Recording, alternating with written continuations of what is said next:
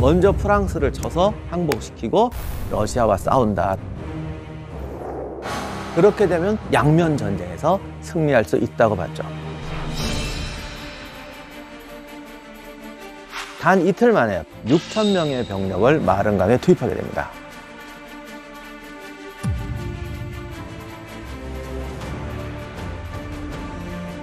마른 전투로 파리 함락에 실패한 독일군은 400여 킬로에 이르는 전선을 따라 후퇴를 해서 북쪽에 있던 벨기에의 엔강에 도착합니다. 독일군의 전체 병력은 이곳에서 방어선을 칩니다. 그리고 이틀 뒤 프랑스와 영국군이 추격해오자 독일군은 서둘러 엔강 고지대에 참호를 파기 시작하는데요. 독일군 공격에 실패한 연합군 역시 그 자리에 땅을 파고 참호를 만들기 시작합니다. 양측은 이제 기관총 등으로 중무장하고 참호에 들어앉아 서로 노려보기 시작합니다. 삶과 죽음의 경계선, 참호와 함께 제1차 세계대전의 불이 지펴지게 됩니다. 시신을 파먹는 쥐, 넘쳐나는 배설물과 쓰레기, 그리고 점점 썩어가는 발. 무려 4년 동안 죽음의 구덩이 참호 속에서는 어떤 일이 벌어졌던 것일까요? 그리고 참호는 1차 세계대전에 어떤 영향을 끼친 것일까요? 지금 바로 읽어드리도록 하겠습니다.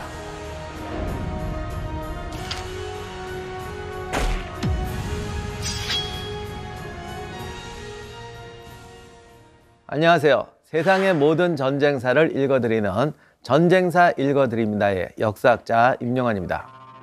제1차 세계대전이 참호전을 중심으로 진행되면서 병사들에게는 생지옥이 시작됩니다. 마른 전투 이후로 참호를 파고 서로를 향해 공격할 기회만 노렸던 독일군과 연합군, 양측은 전투가 있을 때마다 참호를 파고 참호와 참호를 이어가기 시작합니다. 성인 남성 하나가 겨우 서 있을 정도의 사이즈로 팠던 참호는 하나 둘씩 연결되기 시작합니다. 벨기에 해안에서부터 프랑스 북동부를 거쳐서 스위스까지 이어지게 되죠. 직선 거리로 약 760km고요. 실제 참호는 꾸불꾸불하게 파이고 2중 3정으로 파였기 때문에 모든 참호의 총 길이는 24,000km에 달했다고 합니다. 참호를 두고 서로 대치하게 되니까 점점 참호를 요새화하게 되죠. 서부 전선 곳곳에 철조망, 기관총 부대, 포대로 이루어진 정교한 참호 체제를 구축하게 됩니다. 이렇게 진지를 강화하게 되자 연합군도 똑같이 대응하면서 서로 공격할 기회만 노리는 상황이 벌어지게 됩니다. 1차 세계대전의 상징이 참호전입니다. 그런데 왜 이런 어마어마한 참호 진지가 만들어지느냐? 여긴 두 가지 이유가 있습니다. 첫째는 1차 세계대전 당시의 무기와 전투 방식이 그 이전 나폴레옹 전쟁기하고 우리가 알고 있는 현대전하고 딱 중간이에요. 그 중간의 특징이 뭐냐? 낮은 포복, 높은 포복을 하느냐, 걸어서 가느냐, 요 차이입니다. 나폴레옹 전쟁 때까지는 라인 배틀이라고 그래서 병사들이 행렬로 빽빽하게 써서 총을 이렇게 탁 겨누고 팡 쏘면 뒤에 렬이 팡 쏘고 이런 식으로 했습니다. 왜 그러냐면 총의 화약을 앞으로 집어넣어야 됐거든요. 그러니까 그때도 엎드려 쏠 수는 있는데 진짜 체력이 떨어지기도 하고 속도도 느려지고 이렇게 되니까 서서 이렇게 쏘는 겁니다. 더 결정적인 이유는 명중률이 떨어지는 거죠. 집단으로 서서 마주보고 쏴도 한 10% 15%밖에 안 맞아요. 그런데 남북전쟁 거치면서 총이 좋아져요.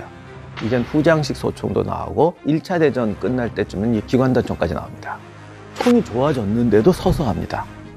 왜냐하면 낮은 포복, 높은 포복을 하려면 내무 생활을 해야 되고 모든 군대 시스템이 바뀌어야 되는데 1차 세계대전 때만 해도 그냥 징집해서 잠깐 훈련시켜서 이렇게 투입하는 방식이었기 때문에 낮은 포복, 높은 포복을 시키면 말을 안 들어요.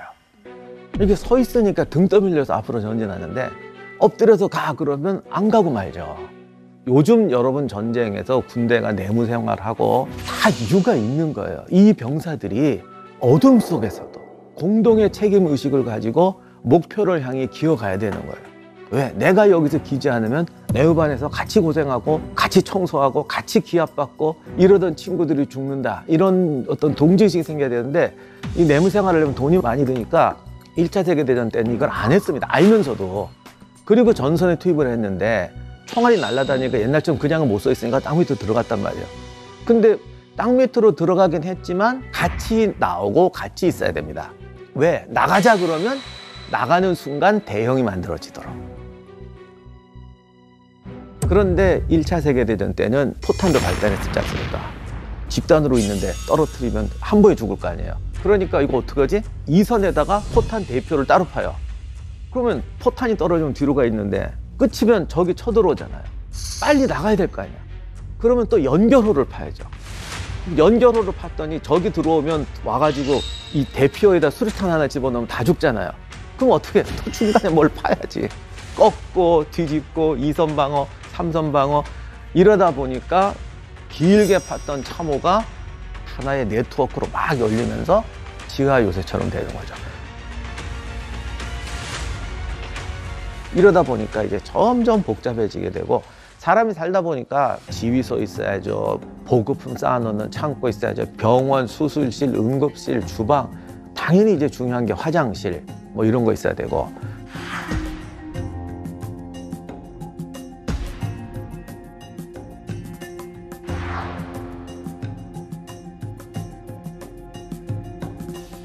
땅 파서 하여간 할 수 있는 모든 거 다 해요. 그런 제가 이렇게 말씀드리니까 참호 생활을 너무 낭만적으로 설명드리는 것 같은데 말이 그렇지 이게 사는 게 사람 사는 게 아닙니다. 참호라는 건 원래 전투 중에 병사를 보호하기 위한 시설인데 비위생적인 환경 덕분에 참호가 점차 생지옥으로 변해갑니다.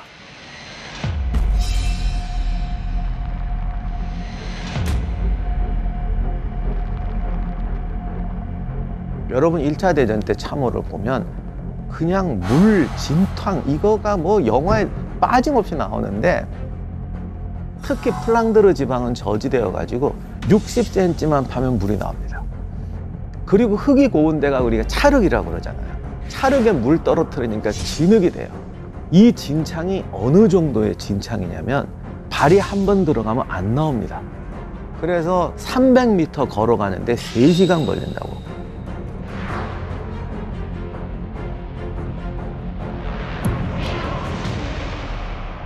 그리고 익사자가 무수히 나와요.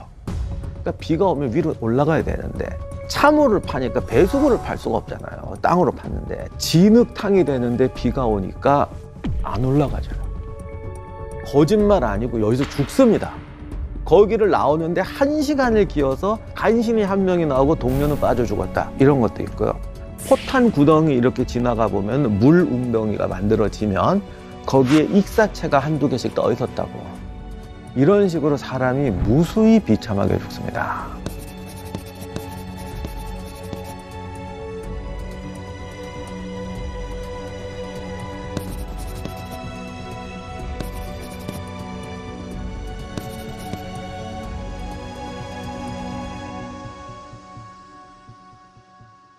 이 물이 또 사람에게 수만 가지 질병을 일으킵니다. 일단 이 물이 깨끗한 물이 아닙니다. 사람 몸에서 나오는 모든 것들이 여기에 다 고여지게 돼요. 그뿐인가 사람 죽죠. 동물도 죽죠. 이 물 자체가 오염덩어리가 됩니다. 그런데 병사들이 늘 진흙탕이나 물속에 최소한 발을 디디고 있어야 되고 그러다 보니 제일 먼저 이제 발이 썩어 들어가죠. 이걸 참호족이라고 하는데 당시 군화를 벗을 수도 없고 씻을 데도 없고 결국 발이 썩어서 괴사가 되게 되죠. 그러면 신경이 마비되고 살이 검푸르게 변하다가 결국에 썩어버리게 되는데 괴사가 진행되면 이거를 되돌릴 수가 없어요. 그러니 뭐 발가락 자르고 발 자르고 심지어는 생명을 잃는 사태가 벌어지게 됩니다. 그 다음 이제 또 하나가 이하고 벼룩. 가렵고 힘든 것도 문제지만 얘들이 이제 오만 병으로 옮기죠. 발진 티푸스 이런 거 막 옮기죠. 그러면 고원, 신경통, 열병 이런 거 오만 병을 일으켜서 당시에는 이거 병명도 모르니까 그냥 참호열이라고 불렀다고 해요. 그러나 아무튼 이나 이런 벼룩이 사람을 괴롭히고 이런 거 아니까 우리가 생각하는 것보다는 그래도 위생에 신경을 썼어요. 주기적으로 후방으로 보내서 목욕도 시키고 공용 세탁소 같은 걸 만들어서 속옷 같은 거 알아서 다림질해서 주고 이런 노력도 꽤 하긴 했는데 이게 소용이 없는 게 속옷을 세탁을 해서 다림질을 하면 이는 죽어도 이가 낳아놓은 알은 안 죽어요. 그러니까 그런 걸 받아와도 하루만 지나면 도로 이제 긁는 거죠. 그나마 뭐 잠깐이라도 기분 좋으니까 병사들이 이렇게 하고 하는데 아무튼 지금하고 달리 이런 어떤 위생이라든가 전염병의 구조, 벌레들의 생태 이런 걸 몰라서 노력을 해도 소용이 없었고 그리고 이게 이는 보이지라도 않는데 여기서 이제 쥐들이 또 튀어나옵니다. 사진 보시면 쥐들이 정말 요만한데 사람들 시체를 뜯어먹으니까 살이 너무 쪄가지고 다리가 몸에 붙은 거예요. 그리고 어기적 다니는데 그래서 병사들이 뭐 처음에는 잡아서 걸어도 보고 총 쏘고 뭐 때려 패고 다 허사예요. 나중에 어떻게 되냐면 부상병이 피를 흘리고 있잖아요. 부상병들한테 올라와서 산채로 뜯어먹기도 하는 겁니다. 그러면 병사들 입장에서는 아, 쥐가 올라온 거 보니까 나는 이제 회복불능이고 죽는구나. 그러면 삶의 의지가 없어지면서 그냥 죽습니다.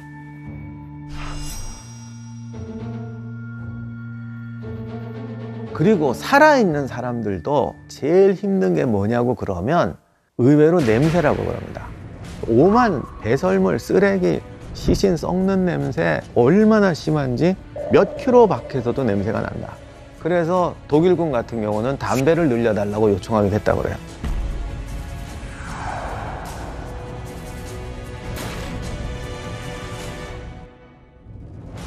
그래서 병사들이 쉘슈크라고 하는 병에 걸리게 되는데요. 내가 언제 죽을지 모른다는 두려움, 이런 것 때문에 미쳐가기 시작하죠.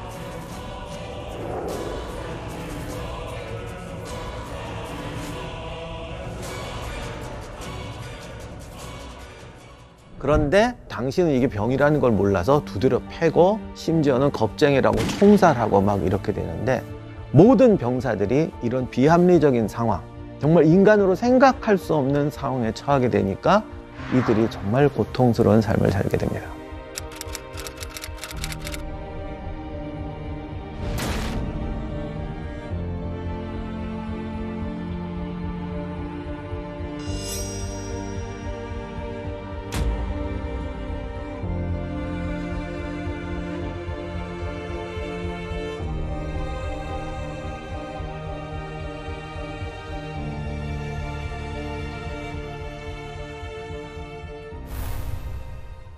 참호전이 이처럼 끔찍했습니다만 또 끔찍하다 보니까 살아갈 방법을 찾아야 되잖아요. 그래서 참호전으로 인해서 탄생한 발명품들도 꽤 많습니다.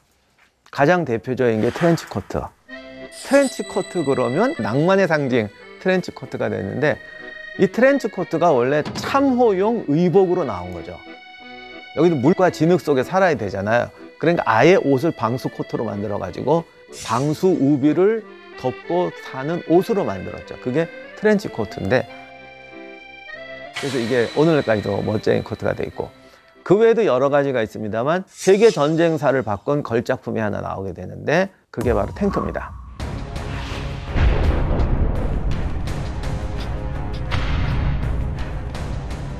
병사들을 돌격시키지 않고 상대방 참호를 점령할 수 있는 방법이 없을까? 이렇게 해서 나온 게 탱크입니다. 그런데 사실은 놀랍게도 탱크의 아이디어 자체는 1차 세계대전이 시작하기 전에 시작됐어요. 오스트리아, 프랑스 여러 곳에서 탱크 설계가 나왔습니다. 그런데 그전에는 투자들을 안 해줘가지고 지지부진했습니다. 그러다가 참호전이 워낙 처참해지니까 야 탱크 만들자고 막 빨리 만들게 되는데 제일 먼저 탱크를 만들어서 실전에 투입한 나라가 영국이었어요. 영국의 종군 기자였던 어니스트 스윈턴이라는 사람이 이제 그 아이디어를 냈다고 하는데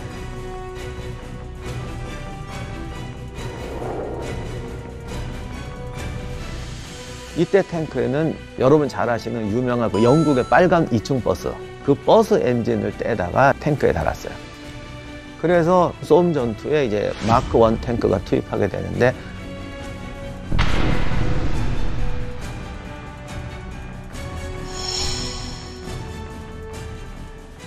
그래서 사실 마크 1 탱크는 명작은 아니었어요. 이게 엉성해가지고요. 전쟁터에서는 별 쓸모가 없었고 나중에 진짜 우리가 알고 있는 디자인 탱크는 프랑스에서 만든 르노 1형 탱크가 이제 우리가 아는 탱크의 원형이었습니다. 그런데 사람들은 최초의 제대로 된 탱크보다는 최초의 탱크를 기억하기 때문에 마크 1이 더 유명하죠. 1차 대전의 참호전은 지금까지도 가장 많은 병사들이 전사한 기록으로 남아 있습니다. 그리고 저도 이 기록은 영원히 안 깨졌으면 좋겠습니다. 그러면 이렇게 끔찍한 참호전이 왜 벌어졌는가? 사실 예방할 수 있었어요. 그 전에 다 이런 위험성을 경고하는 이야기들이 나왔고, 심지어는 탱크의 아이디어까지도 전쟁 전에 이미 다 나왔습니다. 그럼에도 불구하고 모든 국가에서 예산 부족, 정치적인 이유, 군인 제도가 바뀌는 것에 대한 부담감, 이런 것 때문에 미루다가 이런 참극을 겪고 나서 군제가 개혁돼서 2차 세계대전은 새로운 형태로 이루어지는 거죠. 1차 대전의 교훈은 결국 이겁니다. 우리가 미래를 예측하고 문제를 이야기하지만 실천하지 못했을 때 얼마나 엄청난 피해 대가를 치러야 하는가. 그것이 극복할 수 있는 작은 고통이라면 그냥 인생의 에피소드겠죠. 하지만 1차 세계대전은 2천만 명, 1천만 명의 병사와 살아남은 모든 사람들의 삶을 앗아가는 악몽이었어요. 우리가 역사를 공부하고 전쟁사를 이야기하는 것은 이런 비극을 예측할 수 있는 지혜와 실천력을 가져보자는 의미에서 말씀드리는 거죠. 그래서 다시는 이런 일이 발생하지 않도록 우리가 미리 대비하고 미리 대응해서 세상을 좀 더 아름답게 만들어 갈 수 있는 우리들이 되기를 바랍니다.